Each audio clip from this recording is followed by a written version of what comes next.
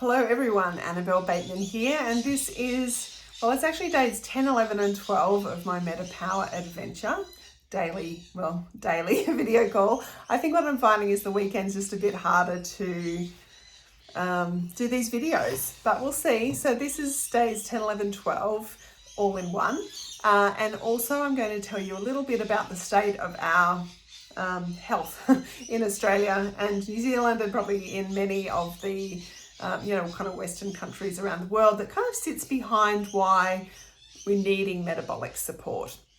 I've spent a lot of today going over more training on this MetaPWR system. I've rewatched a couple of videos I've watched before, because now I've been using it for 12 days. I think sometimes it's helpful to rewatch things, relearn. I find this with my thyroid health all the time. The more I get into it, or the more I'm dealing with one thing, I can do extra learning and education, and then just understand things at a deeper level. And so that's what I've been doing with the MetaPWR system today. And I've watched a few other kind of senior doTERRA leaders that have been part of the trial and been using the product for, about 3 months, talk about their experiences and do some education on it too. So I will plan probably for next week to do some kind of webinar, whether I pre-record it or do it live, I haven't decided. If you're really keen to be part of a live Zoom call / webinar to do some teaching on this, please contact me and let me know, because that always helps. So I'll come back to that at the end. But to give you a bit of a recap for the last couple of days, the bottom line is I'm feeling good. Like I feel like my skin is just shiny and soft in all other places, not just on my face. I feel like my, the kind of lumpy bits around my hips and thighs just feel a bit smoother and softer.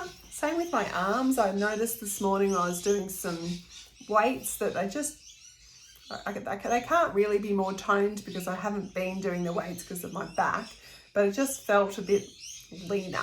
I've continued taking the photos. Like I've said before, I'm not going to weigh and measure till the end of the month, but just overall I just feel a little smoother. so that's a good thing. I feel clear in the head. I feel I'm generally sleeping all right, except at the end of day 9, I'm just looking in my journal here, I've made a note that I didn't fall asleep till really quite late, like about 1:30. I'd had book club Friday night. All that late night stimulating conversation usually keeps me awake. I tried to watch some TV to wind down, but it didn't really wind me down. So it did take me a long time to fall asleep on Friday night. And what I found is that then on Saturday, because I was tired, I wasn't making great food choices, and I was going to a high tea in the afternoon, so there was a lot of carbs, a lot of sugar in the afternoon. I did obviously take the Assist, which is the product that's designed to help kind of smooth out those blood sugar spikes and troughs, and so I didn't have any kind of crash after that, but I certainly wasn't hungry. I'd had a reasonable amount to eat, so I wasn't hungry. And I actually got a bit of reflux at night. So Saturday was a bit of a funny day. Again, I think the flow on from that was, even though I slept well Saturday night, yesterday I was still a bit tired. I've seen a few in some of the testimonial groups that I'm part of, some suggestion to take the Advantage, which is the collagen and NMN, the little sachet you've probably seen me talk about, to try taking it in the evening rather than in the morning, because it seems to be doing different things according to our bodies, different needs. And so I thought, I'll try it at night, last night, instead of in the morning. Sorry, I've just got the dog coming in. I'll just shut my door again. So I didn't have the Advantage during the day yesterday. I'd had my normal kind of breakfast. I ended up having muesli for lunch, which I don't really do. I haven't had muesli for ages, actually. And I think it really messed with me. I feel like I really do need that protein, and just to have that. I had muesli with coconut yogurt and some blueberries. And so I had assist with that, because that's definitely a high carb meal compared to my dinner, which was like a chicken Caesar salad. So I certainly had sort of balanced. I sort of felt balanced, but I was a bit tired. I did take the advantage last night. I was a little worried that it could have kept me awake, because if it was to, I have heard people who take it at night that get energy. It's sort of just trying to fine tune when to take this product. Not that I was having a problem taking it in the morning, but this is an adventure, right? So I'm just trying to tweak and see how my body responds to the different products, using them in slightly different ways.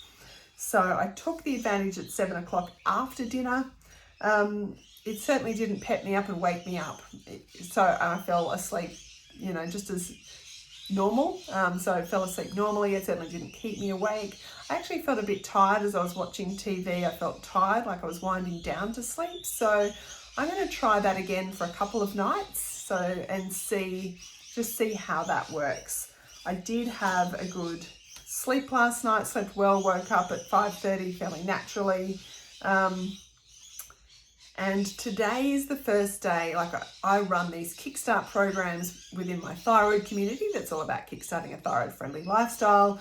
I kind of live a thyroid-friendly lifestyle personally, but I often use these 30 days when I'm running a group to kind of tweak a few things for myself. So today I have kind of made a deliberate decision to drink a bit more water. And also, I didn't have my normal kind of piece of paleo toast. It is paleo, but it is still fairly high carb toast for breakfast. I just had eggs and a sausage with some veggies, some spinach and some cauliflower, like those little cauliflower broccoli things. I had a small little bit of leftover barbecue chicken with a little bit of leftover salad for lunch and an apple. Actually, I just realised I hadn't written down my apple. I forgot to take my supplements after breakfast, so I took them after lunch. What I have noticed today, which is probably way too much information, but I think it's in the context of our body kind of expelling things and detoxing, is like, I think I've mentioned, I get a bit gassy. What I've noticed the last couple of days, and particularly noticed this morning, is really stinky poos. Like, really pretty foul. And that's not normal for me, really. I mean, I know none of it smells pleasant, but I think there must be some sort of detoxy, getting rid of something that's not quite normal, because it's not as normal for me to be that odorous. So we'll see what happens with that. I think when we do make these little changes, then it does have an impact. So that's my day 10 to 12.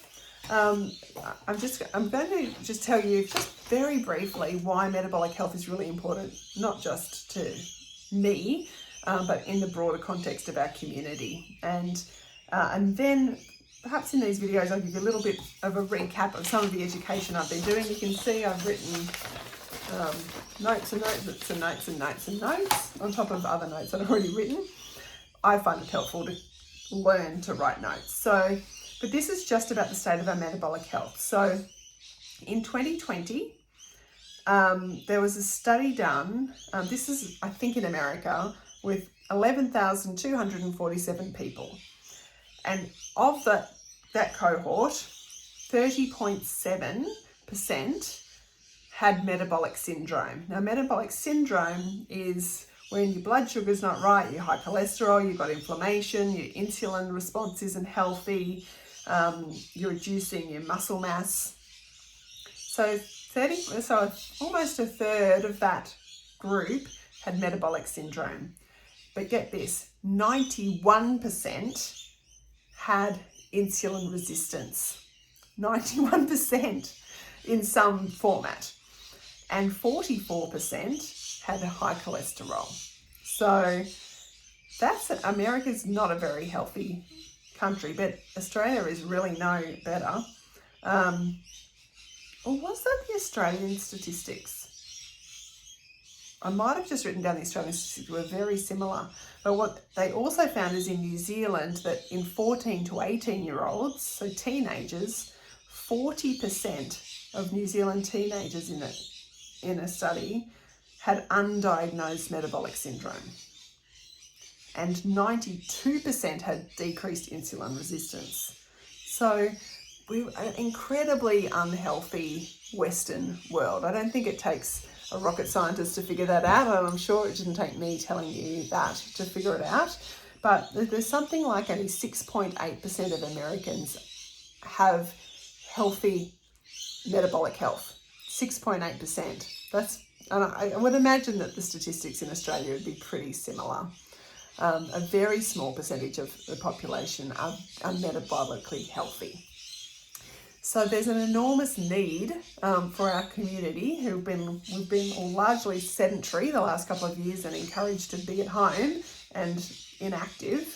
So we are all, because I'm talking about myself as well, needing to improve our metabolic health so that as we age, we stay healthy, that we don't just get old and unhealthy and miserable and unable to enjoy our lives, but we have a longer health span as well as a longer lifespan. Now, there's been some studies done on what the anti-aging industry is predicted to, or the money that's due to be expected to be spent on anti-aging between now and 2030. So by 2030, $420 billion is expected to be spent in the anti-aging industry. So that's on things like, creams and lotions and supplements and cosmetic procedures, everything connected with anti-aging. $420 billion. So it's an enormous industry focused around either actually anti-aging or just looking like you're anti-aging. And Gen X, so I'm Gen X. Well, I guess, I'm 48, so I think I'm pretty much in the middle of Gen X. We're the largest generation within that demographic, that anti-aging spending demographic. Because it's at this age that, menopause starts to hit and, everything starts to may fall apart or, go a bit saggy and droopy and lumpy. So we all, I think we want to all look, I think that anti-aging industry is focused around looking healthy, but we want to be healthy. We don't want to just look healthy.